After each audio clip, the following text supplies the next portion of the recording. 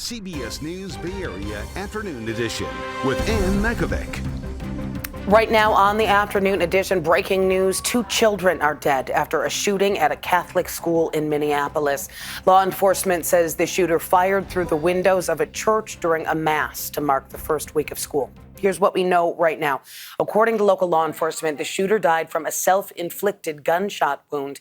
An 8-year-old and a 10-year-old were killed while sitting in the pews. 17 others were injured, 14 of them children, and 2 of those children are in critical condition right now. Law enforcement sources tell CBS News that the shooter has been identified as 23-year-old Robin Westman from suburban Minneapolis. Bradley Blackburn has the very latest.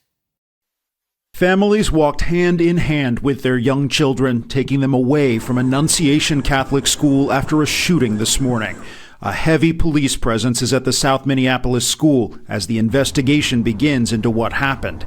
2 young children, ages 8 and 10, were killed where they sat in the pews. 17 other people were injured, 14 of them being children.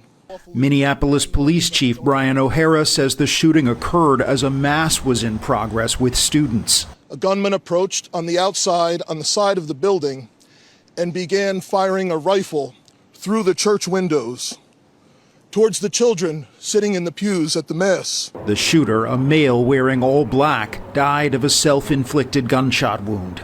There are no words that can capture the horror. Minneapolis Mayor Jacob Fry says more needs to be done beyond what's become the usual response to school shootings in America. And don't just say this is about thoughts and prayers right now. These kids were literally praying. It was the first week of school. They were in a church. They should be able to go to school or church in peace without the fear or risk of violence, and their parents should have the same kind of assurance. Andrew Faust was driving past the school when the attack happened. I saw a man running up the street the other way, and he was frantically running, like he was running for his life. And so that kind of alerted me that something was wrong. We heard probably about 15 to 20 gunshots in about 30 seconds. This was just the 3rd day of the school year for Annunciation Catholic School, which goes from pre-K to 8th grade. Meantime, at the nation's capital, the White House says President Trump has been briefed on the shooting, and he has ordered all flags at public buildings to be flown at half staff for the rest of the month to honor the children who died. We're going to continue to follow this breaking story and bring you any major developments on air, streaming on CBS News Bay Area and on KPIX.com. All right, let's take a live look outside here, turning to our first alert weather. Live look at the Bay Bridge this Wednesday afternoon, halfway through the work week. Let's check in with meteorologist Jessica Birch.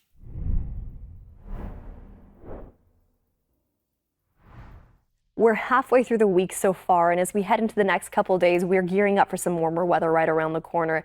As we head into the afternoon hours today, daytime highs are right around average in certain microclimates like San Francisco, a little bit above average by 5 degrees into Redwood City today at 81 degrees. We're a degree above average all the way down into San Jose at 83, and then we head up to wine country, places like Santa Rosa this afternoon, actually a little bit below average by about 8 degrees. So like I said, all of us are kind of doing our own thing, but one thing we all have in common as we head into this weekend's forecast, we're all starting to warm up with sunnier skies in the forecast too. Right around the corner, places like San Francisco and Oakland, we'll see some more 70s in sight for us. We'll also see sunnier skies widespread throughout the Bay. And we're in for some warmer weather like 90s as we head into this weekend throughout our inland spots. But before we even get to the weekend, I mean, we're halfway through the week after all, right? Here's what we're dealing with today for this Wednesday forecast. Onshore winds starting to kick up a little bit more into the evening hours tonight, up to around 20 to 25 miles per hour from San Francisco all the way up along the Delta, stretched into Solano County today too. We're continuing to monitor the winds as we head into the next couple days, especially as temperatures start to rise and relative humidity starts to drop, because those 3 ingredients are fire weather conditions. So we keep a close eye on that. I'll have more on it coming up in just a bit. Thanks, Jess. BART is touting progress on safety. A new report from the BART PD shows that violent crime has dropped almost 36% in the first 7 months of this year compared to the same period last year. That includes crimes like homicides, rapes, robberies, and aggravated assaults. Violent crime was lower during the pandemic. It went up again in 2023 as ridership returned, but in the years since, it's dropped significantly. And that comes as ridership is up about 12% compared to the same time last year. Some BART riders say they've noticed the safety improvements, while others believe there is still work to be done. It's more enforced. Like they have like a designated area for like BART police so people can report things. I'm sure it's the numbers game. More crime, more people. Less people, less crime. I see it a little bit worse than post-COVID. Better than actual COVID times. BART police attribute the drop to having officers present and visible throughout the system. But despite the rollout of those next generation fare gates, fare evasion citations have not dropped dramatically over the past year. San Jose getting tough on blight, hitting property owners with some of the highest fines in the state. Yesterday, the city council approved fines of up to $10,000 per day for property owners who let buildings sit vacant and run down. The goal is to pressure absentee landlords, many of them are wealthy or overseas, to fix these eyesores or sell to someone else who will. The annual fine cap now jumps to $500,000. City leaders say it is a last resort tool to clean up neglected properties and boost housing. Today, a judge could rule on Santa Clara County's new controversial sales tax measure. A local group filed a lawsuit challenging the legality and placing it on challenging the legality of placing it on the November 4th special election ballot. So that lawsuit aims to block or reverse Measure A. That is the county's proposed sales tax hike to support public hospitals. The proposal would increase the sales tax by 5/8 of a cent for 5 years. That would add up to an estimated $330 million in annual revenue. Opponents say it's deceptive with vague spending promises and unfair impacts on low-income families. Supporters argue it is crucial to offset more than $1 billion in Medicaid cuts from the Trump administration's so-called Big Beautiful Bill. Federal Reserve Governor Lisa Cook moving forward with a lawsuit challenging President Trump's unprecedented move to try to fire her. CBS News has obtained the documents included in a letter to the Department of Justice by the head of the Federal Housing Finance Agency, who has accused Cook of mortgage fraud. They show that Cook purchased a home in Michigan 2021 before she joined the Fed, and then another in Georgia that same year, declaring both as her primary residence, allegedly to get better mortgage rates. Well, the Justice Department opened up an investigation last week, but no formal criminal charges have been brought. I would go on leave until people resolve the matter, and the fact that she's not doing that now suggests that she's being partisan. Cook's attorney says she is going to be filing that lawsuit, arguing that the president's attempt to fire her based solely on a referral letter lacks any factual or legal basis. President Trump also touting a drop in crime in Washington, D.C. Since his crackdown, he says Republican leaders in Congress are working on a major crime bill right now. While the president has threatened to send National Guard troops to other cities, he's also suggested that he will wait for Democratic governors to ask him for help first. Still ahead here at noon and streaming on CBS News Bay Area. Approval just announced for the newest COVID shots. We're going to find out who might not be able to get them regardless. And the Niners trimming down their squad. How the remaining players are looking to lock in. That's ahead in our Red and Gold report. New at noon, the FDA just approved Pfizer's updated COVID shot, but access might be limited. Pfizer says the vaccine is approved for all seniors to protect against the virus this fall, but younger adults and children must have at least one high-risk health condition like asthma or obesity in order to get it. The new restrictions are a break from previous policy, which recommended an annual COVID shot for all Americans ages 6 months and older. A lot of eyes on AI chipmaker NVIDIA today. The Santa Clara-based tech giant is expected to report earnings after the markets close. In May, NVIDIA warned it would take an $8 billion hit to revenue because of tariffs on shipments to China. But Wall Street analysts expect the chipmaker to continue delivering strong results with revenue forecast at nearly $46 billion. That is up more than 50% from last year. Apple getting ready for its biggest event of the year. The Cupertino company is expected to launch its iPhone 17 in September. on the 9th, along with new Apple Watches and possibly some other devices as well. Star of the show, though, expected to be a super slim iPhone 17 Air, sleeker than ever, they say, but possibly sacrificing some battery life and camera features. All right, back to our first alert weather now. Taking another live look outside at the city of San Francisco. Nob Hill, let's check back in with meteorologist Jessica Birch. Stunning day out there, isn't it? I mean, we're talking about some blue skies widespread throughout the Bay Area today. And temperatures, they're not too hot. I mean, we're halfway through the work week. We're actually seeing some of the coolest weather we're going to experience all week long.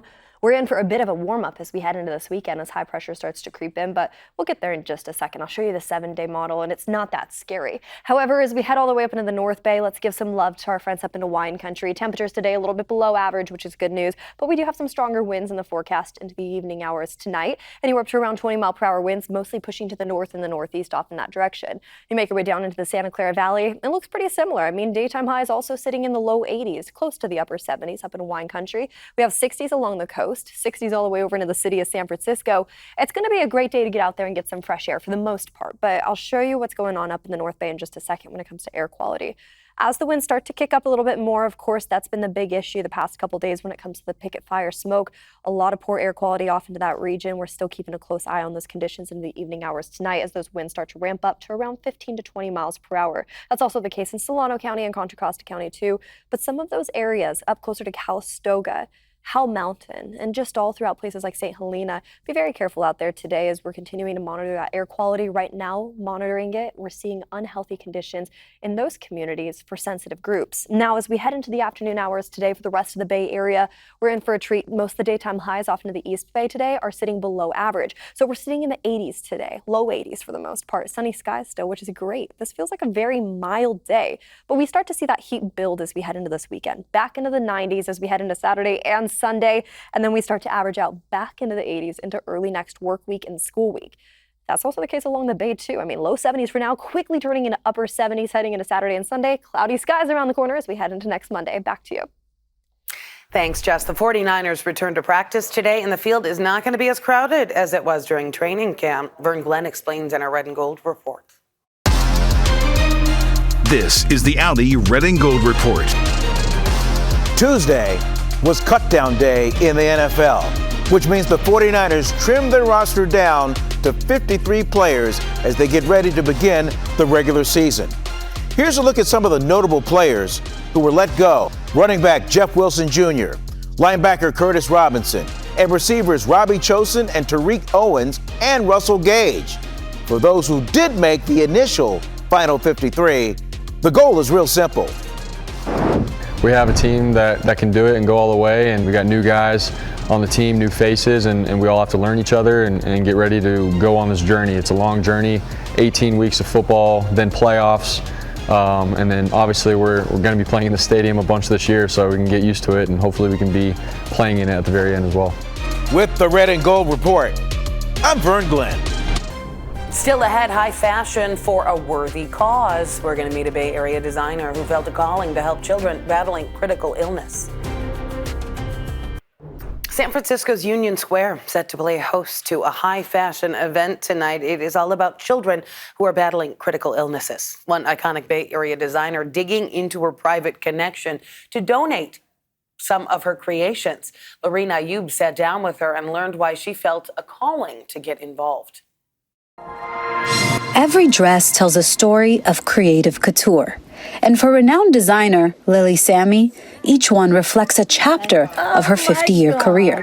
For her, the most rewarding moments were always those final ones, when the gown was complete. The most satisfied and happy time for me was when we were, all of us, with all my interns, everybody in the showroom, the gown is finished, we're standing around it, and we're fussing with it, taking a picture. I was, oh my God, we did it, you know?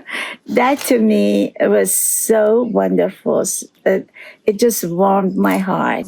But her journey was never without challenge. As she reflects on her design history through her book, Lily Sammy, A Life in Couture, Lily shares that her family did not expect her to work at all. Reigning from Iranian nobility, her traditional mother initially struggled to accept her passion for design. She came from Iran here, and she said, "You can't do this. This is just not for you, you know?" And I said, "Yes, it is. And this is what I want to do, and I'm going to make it work." And work she did. Over 5 decades, Lily Sammy has dressed Hollywood stars, designed for global clients, and carved a unique mark on the world of couture. Now, working alongside community leaders like Shireen Melania, Lily, though retired, continues to blend fashion with philanthropy. She really is a treasure for the Bay Area because she's had a history throughout her career. She's done different fashion shows for various charities and helping give back. And George Mark House, I remember the day she went and visited, she called me and she said, "We have to do this." Lily is donating several of her iconic gowns to the Elegance Meets Impact auction, with all proceeds supporting George Mark Children's House, a cause close to her heart. If they can even help one child, I'll be so, so proud and so happy. Because for Lily Sammy, art is not just creation. It's an expression of hope meant to be shared. Beautiful dresses. Tickets for tonight's event are sold out, but you can still make a donation through the George Mark Children's House website. Making the transition to college can be really tough for some students. Coming up, we are taking a look at the benefits of having pets on campus.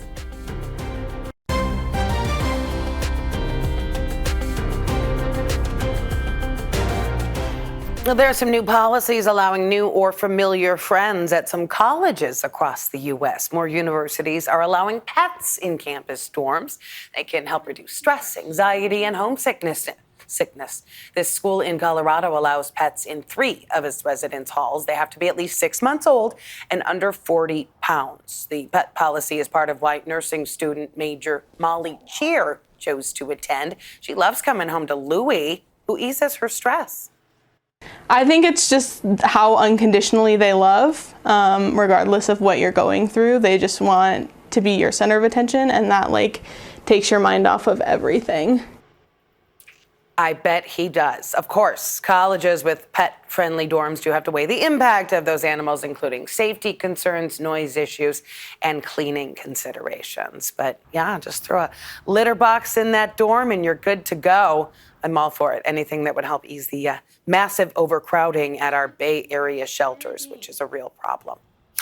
That is it for the afternoon edition. Remember, we are streaming 24/7 on the free CBS News app. Our next newscast coming up at 5 o'clock. Have a great afternoon.